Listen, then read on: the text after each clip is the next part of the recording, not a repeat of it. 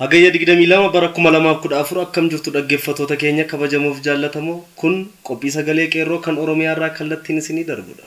Akkuma barame duraan dursa oduu isin dhageessifna. Sirboota warraaqsaa fi qophiilee garaa garaas qabna. Keessummeessuun kan isin waliin turu an tokkicha murteessaati. Amma hangafoota oduu. Fincila diddaa garbummaa barattoota Oromoon jalqabame gara fincila uummataatti tarkaanfachaa jira. Barattoonni Oromoo walgahii wayyaaneef waamaman ergaalee warraaqsaa waliif dabarsaa jiru. Wayyaaneen marfamanii gara Jimmaatti oofamaa kan turan barattootni Oromoo konkolaataan garagalee hospitaala Walisoo seenan.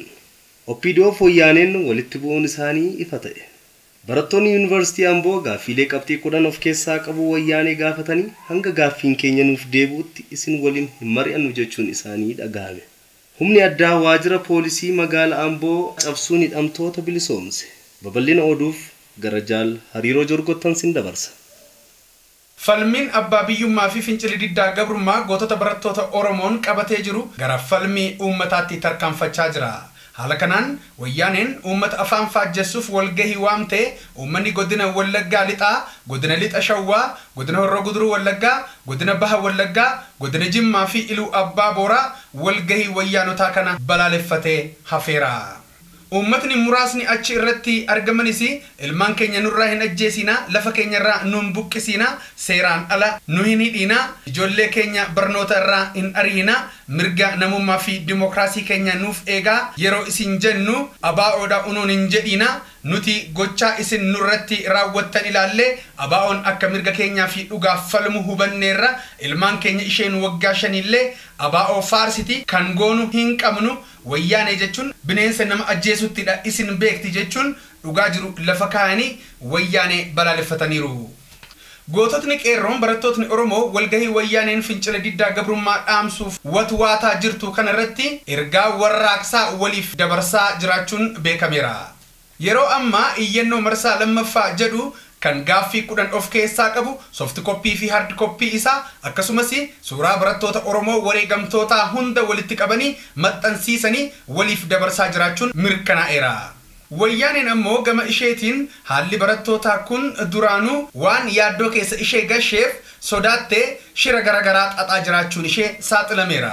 Kunis barattoota miseensota OPDO ta'an walgahii kana dura seensistee teessisuuf akkasumas barattoota ganda dhaloota isaaniitti otoo hin taane bakka isaan fincila kaasuu hin dandeenyetti bakka biraatti geessuuf, kana malees barattoota walitti dhufeenya cimaa qaban walirraa fageessanii kaa'uu fi guyyicha walgahiin kun taasifama jedhamee eegamaa jiru jalaa wal dabarsuufaa akka ta'es mirkanaa'eera. Kun kanaan osoo jiru barattoota Oromoo godina Kibba Lixa Shawaa walgahii wayyaanotaa kanatti geessuuf waraanaan marsanii gara Jimmaatti geessaa otoo jiranii konkolaataan garagalee barattoonni 25 garmalee madaahanii du'aa fi jireenya gidduutti hospitaala Walisoo keessatti akka argaman beekameera. Akkasumas aanota Wallaggaa Baha garagaraa keessatti maqaa walgahii nageenyaa jedhuun akkasumas aanota Wallaggaa Baha garagaraa keessatti maqaa walgahii nageenyaa jedhuun lukkeeleen wayyaanee ergama diinummaa isaanii bahuuf kan olii fi gadi fiigaa turte yoo ta'u diddaa uummataan fashalaa'ee jira. Aanota akka Giddaa Ayyaanaa, Guttin Kiiramuu, Eebantuu, Haroo Limmuu, Limmuu Galiilaa, Saasigaa, Guutuu Waayyuu, Sibuu Siree, Gudayyaa Biilaa fi magaalaa Naqqamtee irratti yaaliin diinaa fashalaa'ee jira.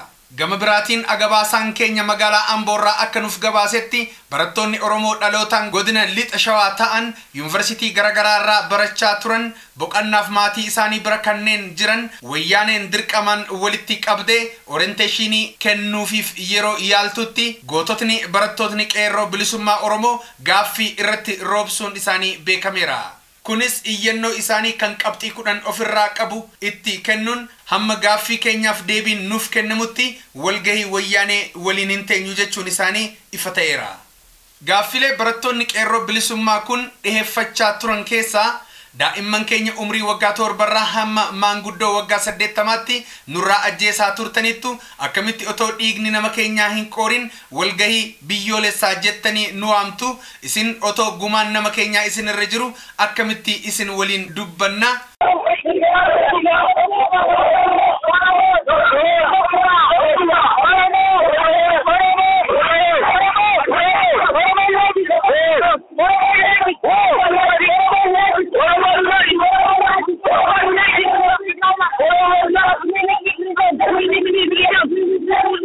waraanni hammi kun magaalaa Amboo fi Yuunivarsiitii Amboo keessa qubatee jiru kun maal nurraa eegaa jira? Walgahii nageenyaa jecha maaliif waraanaan dirqisiiftanii walgahii nu baaftu? Ilmaan Oromoo ajjeefamaniif EPRDF gaafatamummaa haa fudhatu. Barattoonni Oromoo hidhaman haal duree tokko malee hiikamuu qabu. Nuti mootummaa hin qabnu. Otu isin mootummaa keenya dhugaa taatan gaaffii mirgaa wayita isin gaafannu akkamitti nu ajjeeftu? Master plaaniin Finfinnee hatattamaan haqamuu qaba kan jedhanii fi akkasumas walleelee warraaqsaa ABO faarsanii fi dhaadannoo ejjennoo isaanii ibsan dhageessisaa turuun mirkanaa'eera. Kun kanaan osoo jiru waajjira poolisii kan magaalaa Amboo keessatti argamu humni addaa fi uummanni magaalaa Amboo boombii lama irratti darbachuun poolisoota ari'anii hidhamtoota mana hidhaa sana keessatti argaman hundaayyuu bilisa baasuun isaanii mirkanaa'eera. Kana wajjin wal qabatee magaalaan Amboo hamma kaampii waraanaa fakkaatutti wayyaaneen achitti guuramaa akka jirtuu fi uummata nagaa mana cabsanii sakatta'uu nama karaarra olii fi gadi dabru hunda sakatta'uu fi dararaa akka jiran ifa ta'eera.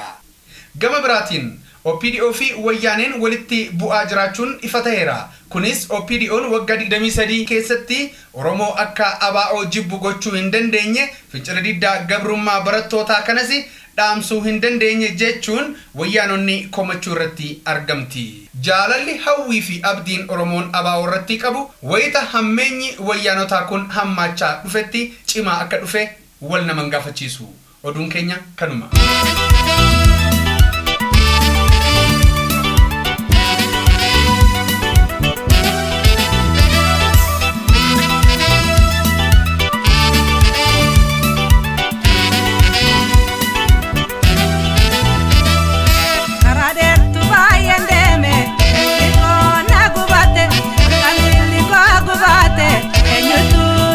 Indubatu malesa, osofamba se dubate.